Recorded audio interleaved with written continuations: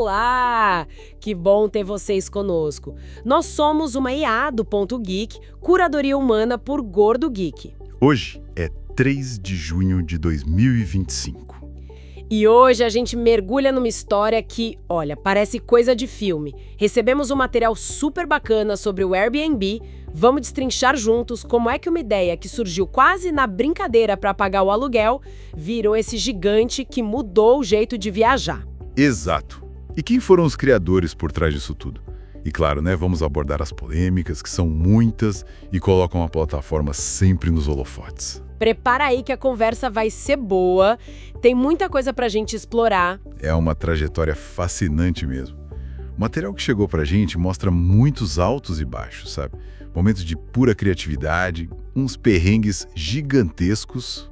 E debates super atuais, né? Sobre turismo, o futuro das cidades, o problema da moradia. E o impacto da tecnologia na nossa vida, né? Como ela mexe com tudo.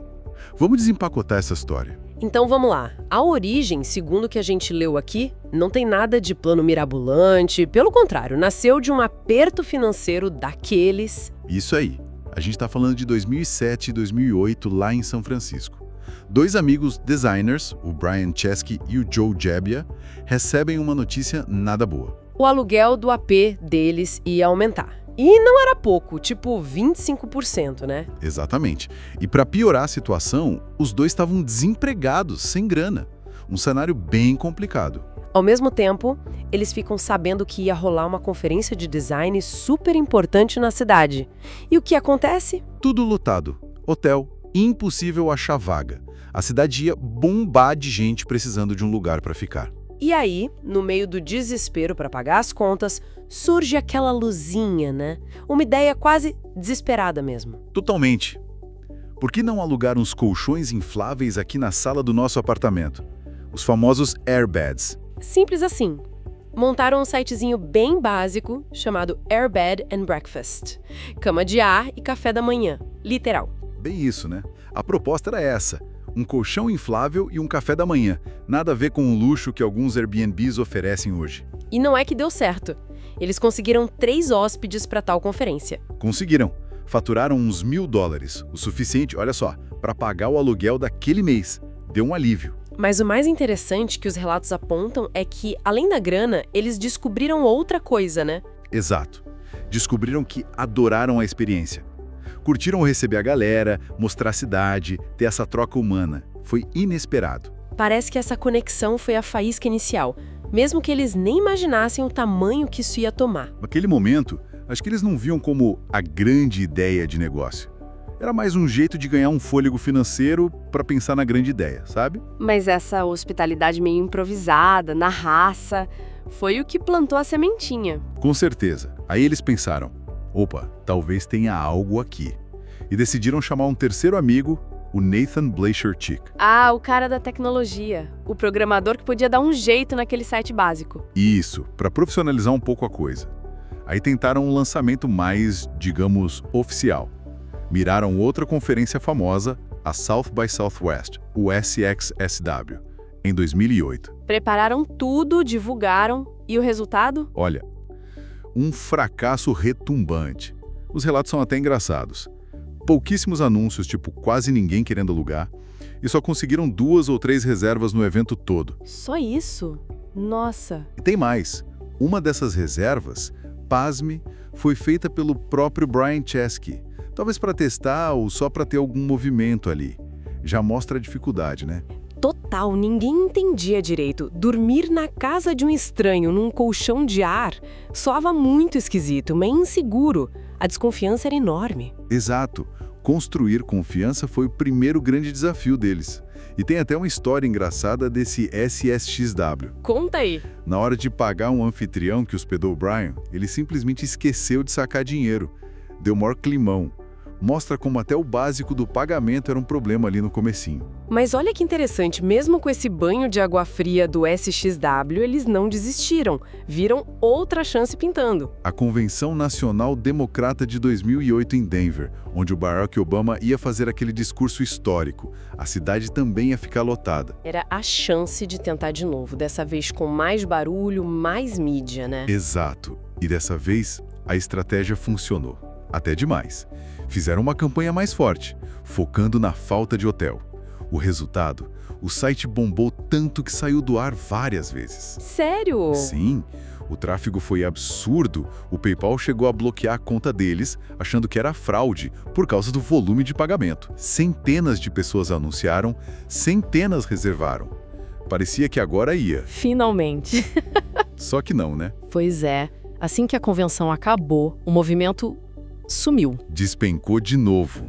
Voltaram para a estaca zero, faturando tipo $200 por semana. Uma miséria. Imagina a frustração. Que montanha-russa! E é aí que entra a parte mais maluca e criativa da história toda, né? Ah, sim. A famosa história dos cereais. É inacreditável como nenhum investidor queria colocar grana na ideia, achavam muito estranha e as dívidas do cartão de crédito só aumentando. Precisavam de dinheiro para ontem. E tiveram uma ideia completamente fora da curva. Totalmente. Decidiram criar e vender caixas de cereal personalizadas. Aproveitaram o hype da eleição presidencial entre Obama e McCain. Nasceram o Obama O's, o sabor da mudança, e o Captain McCain's, um Maverick em cada mordida. Genial. É genial e surreal. E a execução foi na raça total. Compraram cereal genérico, fizeram as embalagens e passaram horas colando tudo manualmente na cozinha do apartamento. E vendiam caro, né? Muito. $40 a caixa. Conseguiram levantar os $30 mil assim. Uau! Pagaram as dívidas do cartão, o que já foi um alívio enorme, mas o Airbnb mesmo, o negócio principal, continuava ali patinando. Exato. O cereal salvou a pele deles financeiramente no curto prazo, mas não resolveu o problema da empresa não decolar.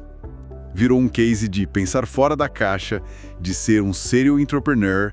Empreendedor de cereal. Mas mostra o nível do perrengue, né? A necessidade de soluções extremas. Totalmente. E a dificuldade para conseguir investimento era real. Tem história de investidor que literalmente levantou e foi embora no meio da apresentação deles. Que situação. E dizem que em outra reunião eles tentaram inflar os números, né? É o que dizem. Teriam mudado a projeção de faturamento de 20 milhões para $2 bilhões na hora, para impressionar. Mas só pareceu o mais absurdo. E para completar, veio a crise financeira global de 2008-2009. O cenário ficou ainda pior para conseguir investimento. A grande virada, o ponto de inflexão mesmo, segundo o material que a gente analisou, foi a entrada deles na Y Combinator. Isso no início de 2009. Ah, a Y Combinator, uma das aceleradoras de startups mais famosas do mundo. Mas parece que quase não entraram, né? Por pouco.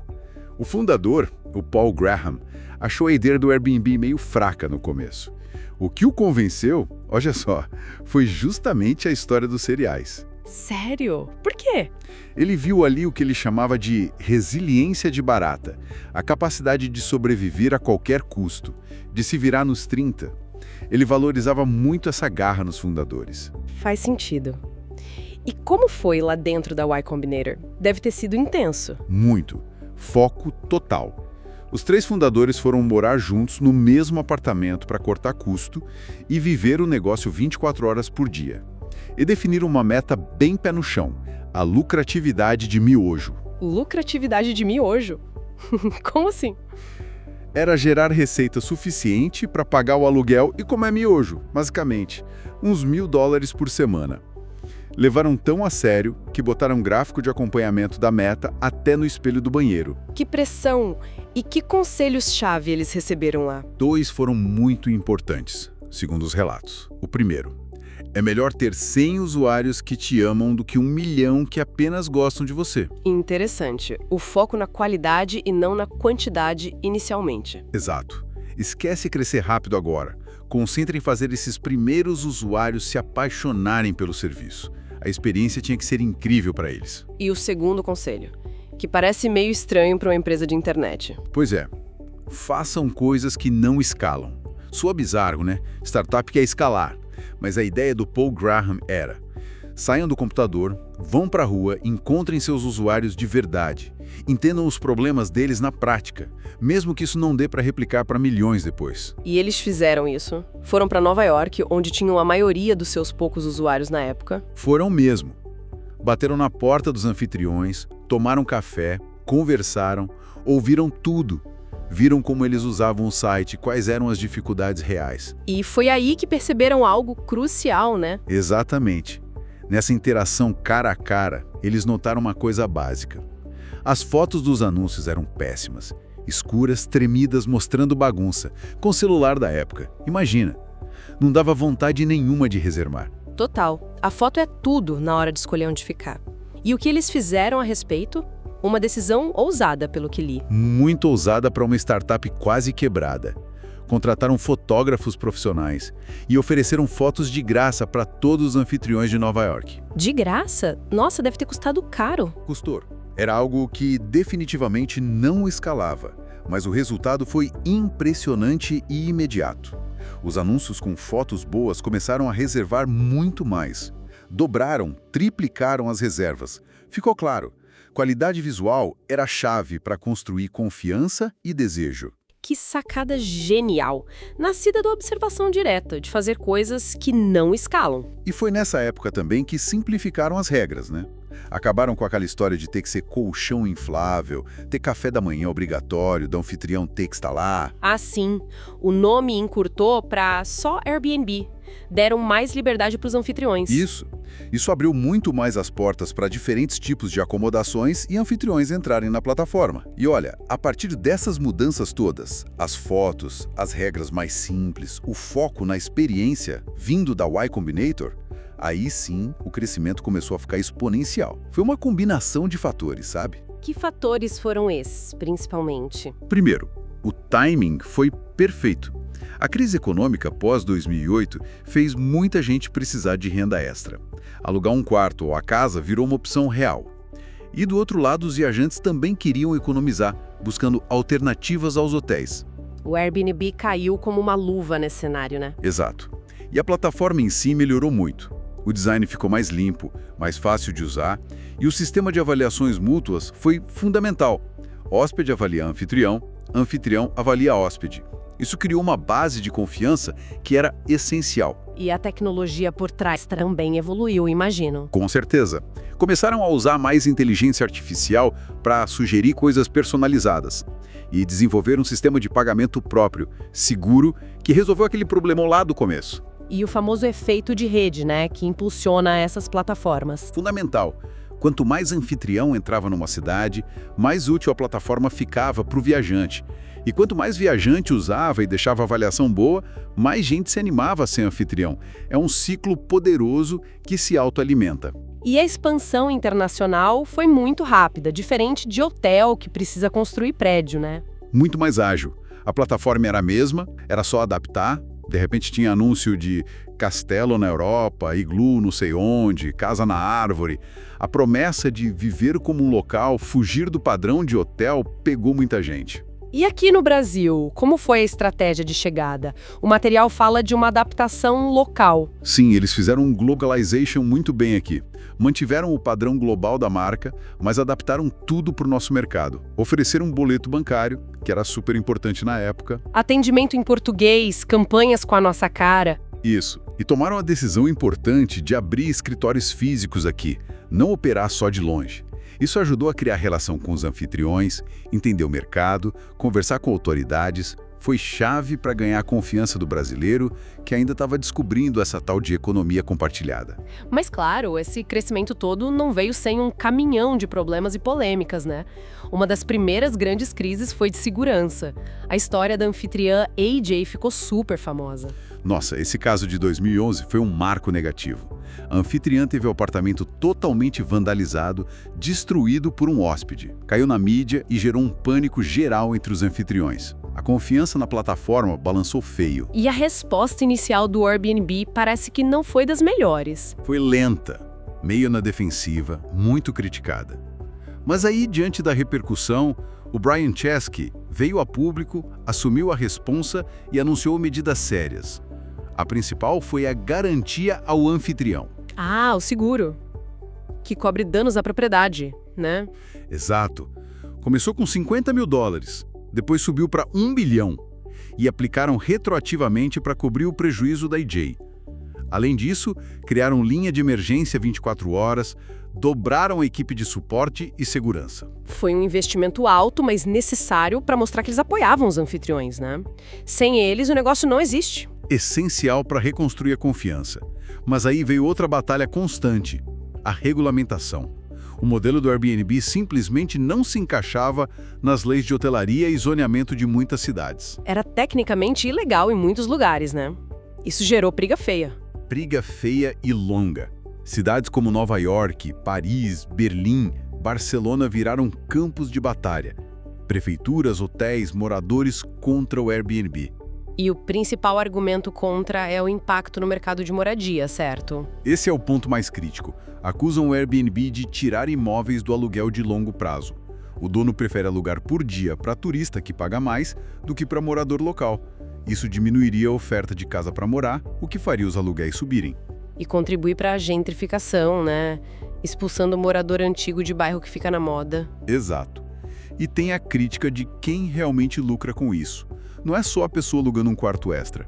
Muitos estudos mostram que uma parte grande das listagens é de super anfitriões ou empresas com dezenas, centenas de imóveis. Viram prédios residenciais inteiros funcionando como hotel, né? Basicamente isso, o que intensifica o problema da moradia. Aí as cidades reagiram. Nova York colocou regra de estadia mínima de 30 dias em muitos casos. Berlim proibiu quase tudo por um tempo. Muitas exigem licença, taxa, compartilhamento de dados. E no Brasil, como está essa discussão? A gente vê mais os condomínios agindo, né? Aqui a regulamentação governamental ainda engatinha. Tem projeto de lei, mas nada muito concreto. O que pega mesmo são as regras internas dos condomínios. Muitos proibindo por causa de segurança, barulho, entre e sair de estranhos. Isso gera muita briga na justiça. E a própria imagem do Airbnb mudou, né? Começou como opção barata, hoje nem sempre é. Verdade. Com taxa de serviço, taxa de limpeza altíssimas vezes, o preço final compete com hotel bom. Aquela pechincha inicial meio que sumiu em muitos casos. E ainda teve a polêmica das tarefas. Pedir para o hóspede tirar lixo, lavar louça, mesmo pagando taxa de limpeza. Anfitriões sobre isso. E a concorrência não ficou parada, né? De jeito nenhum.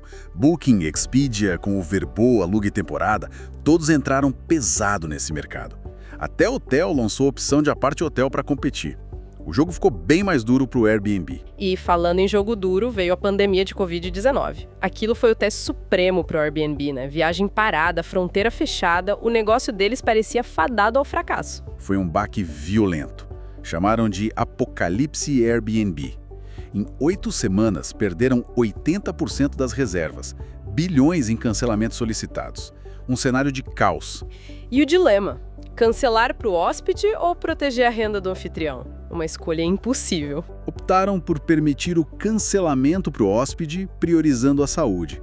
Mas isso deixou os anfitriões furiosos, claro.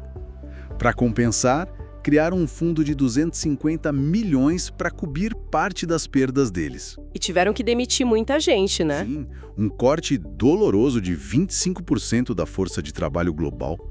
Quase 2.000 pessoas. Mas a forma como o CEO, o Brian Chesky, comunicou isso foi muito elogiada. A carta dele viralizou. Foi um exemplo de liderança empática em crise. Transparente, humano, oferecendo muito suporte para quem saiu. Ajudou a manter a moral e a cultura da empresa, mesmo no pior momento. E como eles se recuperaram tão rápido? Perceberam a mudança. Ninguém viajava para longe, mas queria sair de casa. Pivotaram totalmente o foco para viagens próximas, aluguel de casa inteira, lugar para ir de carro. E deu muito certo. Tiveram um boom nesse nicho. Incrível a capacidade de adaptação. O material também fala de uma reflexão pessoal do Chesky sobre o sucesso e o IPO bilionário em meio a tudo isso. Sim, ele falou sobre sentir solidão no auge do sucesso, sobre o custo pessoal de dedicar a vida à empresa. E como isso o fez repensar o futuro do Airbnb, buscando mais conexão humana. E qual é essa visão de futuro? O que esperar? A ideia é ir muito além da hospedagem, virar um ecossistema de viagem completo. Já tinham as experiências, né? Passeios, aulas, Agora, em 2025, parece que estão expandindo mais ainda, incluindo serviços tipo massagem, personal trainer, que podem ser reservados pela plataforma. Querem integrar mais coisas da viagem e do dia a dia. E a inteligência artificial deve ser a chave para personalizar tudo isso, né? Fundamental, usar IA para entender cada pessoa e oferecer sugestões super personalizadas de tudo. Onde ficar, o que fazer, onde comer, antecipar o que o viajante quer. E continua investindo pesado em segurança e confiança. Verificação de identidade, análise de risco, selos de qualidade como o preferido dos hóspedes e usar IA para melhorar o atendimento. E o propósito maior disso tudo, segundo ele? O discurso é bonito, ajudar a aproximar as pessoas, usar a plataforma para gerar conexão, comunidade global, mostrar que somos mais parecidos do que diferentes. Uma visão bem ambiciosa. Nossa, que história! Analisando tudo isso, é uma montanha-russa mesmo. De 3 colchões infláveis para pagar o aluguel a um fenômeno que mudou o turismo e levantou debates cruciais sobre nossas cidades. Uma saga de criatividade, resiliência, adaptação. Mas também carregada de polêmicas, né? E a grande questão que fica, não só para o Airbnb, mas para toda essa economia compartilhada, é achar o equilíbrio. Como continuar inovando, crescendo, usando tecnologia, sem perder a alma, a conexão humana inicial. E, ao mesmo tempo, como lidar de forma responsável com os impactos gigantescos sociais, econômicos, nas cidades que essa escala traz? É a pergunta de milhões, né? Exatamente. Uma pergunta que continua sendo respondida ou construída a cada dia. Um desafio enorme para eles e para a sociedade como um todo. E aí, o que acharam dessa nossa exploração profunda pela história e pelos desafios do Airbnb? Foi intenso, né? Esperamos que sim, que essa análise do material tenha sido útil e interessante. Foi uma viagem e tanto por essa trajetória. Se curtiram, não esqueçam de deixar um comentário contando o que acharam, dar aquela curtida e compartilhar com quem mais possa se interessar por tecnologia, negócios e o futuro das viagens. Isso ajuda demais o nosso trabalho aqui no Ponto Geek. Valeu, pessoal, e até a próxima!